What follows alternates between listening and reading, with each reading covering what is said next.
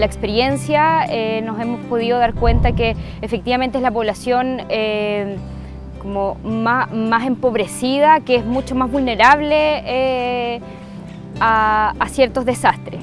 Y ciertamente que, claro, pues cuando ocurre un desastre natural, obviamente que no tiene el mismo impacto cuando hay personas en un lugar a cuando no las hay. Entonces, por lo tanto, eso hace que un desastre se vuelva socionatural, porque efectivamente lo que hace es impactar a las personas, a su vida cotidiana, a los aspectos materiales, a los niños, adultos mayores, etc. A ver, en el territorio podríamos decir que bueno, es donde se alberga la vida cotidiana de las personas. En el territorio se entrecruzan aspectos económicos, aspectos políticos, aspectos sociales, aspectos culturales, y es ahí en el territorio también donde se pone en juego la identidad de las personas. Entonces, cuando un territorio en todas estas dimensiones que nombré se ve impactado por un desastre, por lo tanto todo se va a desajustar, obviamente que la identidad de las personas también va a estar en juego, y ahí es donde es muy importante también los procesos ciudadanos que se van generando cuando ocurre un desastre, porque son estas personas que están buscando cómo reconstruir su identidad. A ver, la literatura dice que hay distintas fases del desastre, hay algunos que hablan de 3, otros que hablan de 4, yo al menos podría identificar al menos 3, que bueno, es como la ocurrencia del desastre cuando no sé, por lo menos acá en Chile, y por lo menos lo que yo he podido ver con el equipo del observatorio, es en caso, por ejemplo, de un tsunami. Cuando se sale el mar, es decir, es la ocurrencia, es donde nos quedamos sin los servicios básicos, es donde incluso podemos estar expuestos a muertes, es donde nuestras viviendas se destruyen, es donde, no sé, como que pasa como el primer impacto, el primer shock. Esa sería como una primera etapa, como la ocurrencia. Luego está como el proceso de emergencia, donde se empiezan como a rehabilitar estos servicios básicos, donde aquí en Chile pudimos ver al menos el tema de las viviendas de emergencia, enseres, recuperar y reordenar el territorio, todo lo que tiene que ver como con ya un poco restituir estos servicios básicos. Y luego sería como los procesos de reconstrucción, donde tanto la política pública como los ciudadanos están como intentando reconfigurar la normalidad. Bueno, un poco lo que ya venía enfatizando anteriormente, yo creo que la reconstrucción como de la vida cotidiana de las personas, que yo creo que al menos con la experiencia chilena nos ha dejado en evidencia que ese no ha sido el centro necesariamente. Entonces, y también me vinculo con la pregunta anterior, cómo una intervención psicosocial puede incorporar la identidad de las personas, las culturas de las comunidades, y no simplemente como reconstruir desde un modelo fijo de política pública, sino que incorporando como los saberes y las necesidades locales.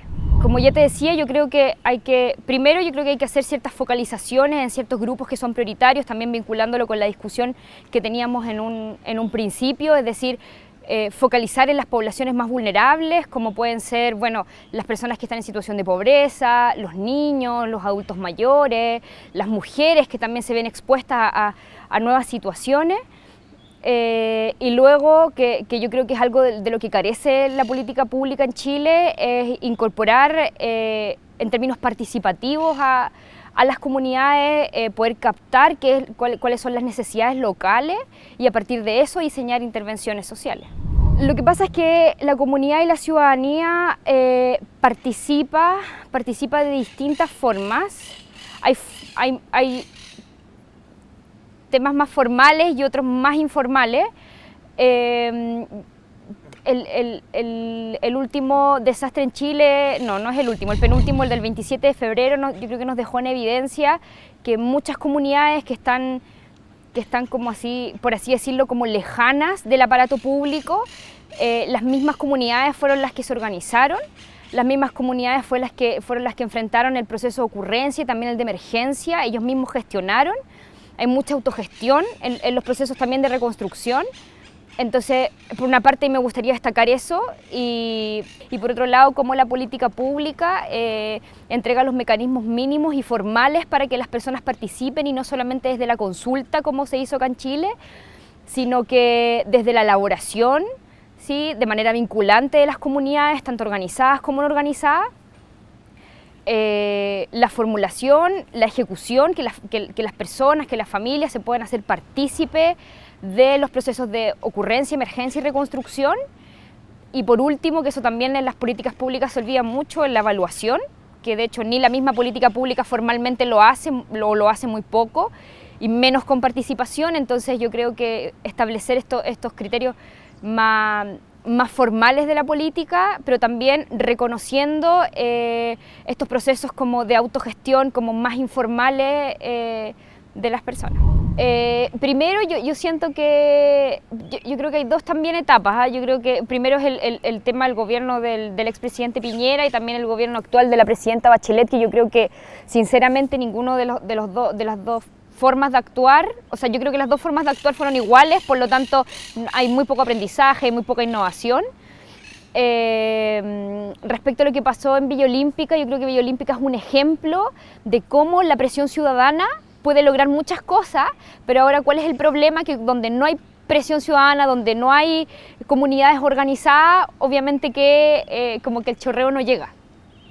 Y respecto a cómo las entidades gubernamentales actuaron o enfrentaron los desastres, yo creo que ahí es donde como observatorio tenemos una crítica bien clara al respecto, porque la política pública operó desde la regularidad, vale decir, ocupó sus programas regulares para enfrentar una situación excepcional.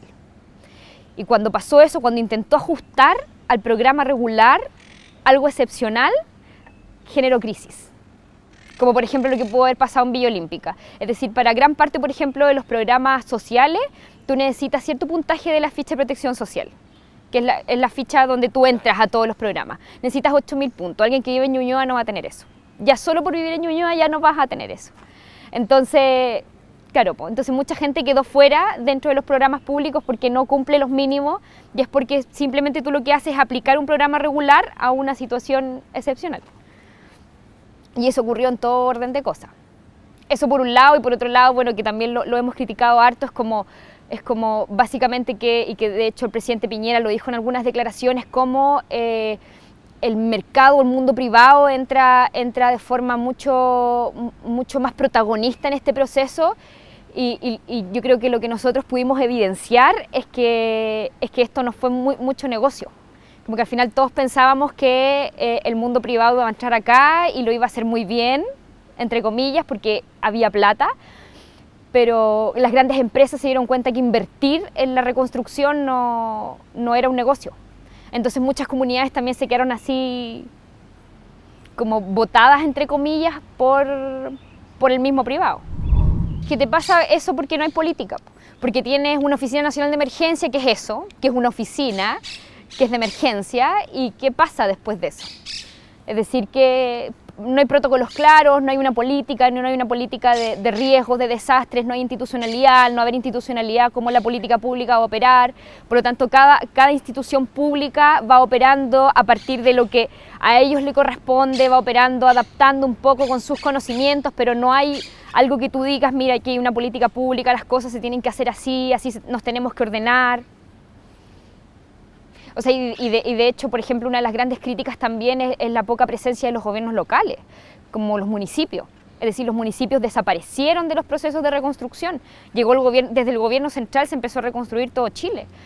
Y claro, obviamente los municipios fueron también gran parte de los afectados. Es decir, el funcionario municipal también puede que se le haya caído la casa, pero los pasaron por encima a ellos. Entonces, y eso te da cuenta que no hay protocolo. No hay protocolo. Yo creo que un poco lo que yo te decía, que es regular. Yo creo que hay que regular en términos de política pública esto. Creo que tiene que existir una institucionalidad que no sea la ONEMI, que no sea solo de emergencia, sino que pueda ver transversalmente todo esto. Yo creo que también tiene que ver con sensibilización, con conocimiento. Yo creo que nosotros nos movemos con muy poco conocimiento, hay muy poco conocimiento en Chile sobre temas de desastre natural, con todo lo sísmico que es nuestro país, y no hablo de la academia yo creo que tiene harto conocimiento, pero cómo hacemos que la academia lleve este conocimiento a los funcionarios públicos que son los que operan, claro. Yo creo que hay mucha preocupación de hacer reconstrucción material y yo creo que ese es el gran error. O sea, sí, yo creo que igual, de todas formas tenemos, no sé, tenemos los caminos completamente destruidos y algo que sirve mucho para pasar el shock es poder como reconstruir eso pronto. Pero el interés está tan puesto en la reconstrucción material que un poco lo que tú señalas, que lo psicosocial se deja detrás. Es decir, no hubo, por ejemplo, una política de salud pública mental para las personas afectadas. De hecho, yo me acuerdo que en una entrevista una señora nos decía, yo me acuerdo que para el tsunami en Constitución pasó esto, para el tsunami yo estaba en mi casa o estaba, no me acuerdo, arriba en un cerro, veía el agua y veía los cuerpos flotar. Y son personas que nunca se han tratado. Ver cuerpos flotar, como alguien no trata eso, como que tú decís, esto puede ser así como casi de perogrullo, o sea, es como lo mínimo que tú deberías hacer, que son personas que están sometidas a tanto estrés, a tanto ver cosas, incluso las mismas personas que se van a las casas, las personas que viven en aldeas, nada. Si al final dejamos todo esto a la buena voluntad de instituciones como Un Techo para Chile, como el Hogar de Cristo, pero eso no está regulado. ¿Quién regula? ¿Qué pasa si el Hogar de Cristo no quiere ir para allá? ¿Me quedo sin intervención? O sea, en mi opinión, al menos, la única institución que tiene interés público es el mismo Estado.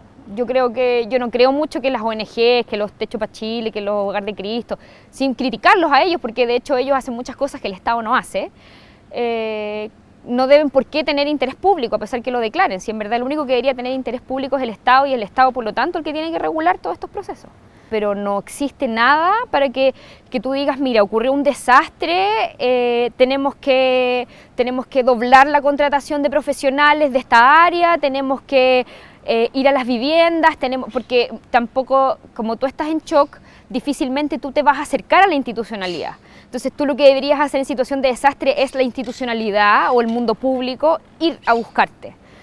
Entonces, pero no existen para nada los mecanismos, o sea, como te digo, todo lo regular, todo bajo parámetros regulares, entonces, claro, yo espero como consultorio, yo espero como hospital a que la gente venga, que la demanda venga, no a yo ofertar.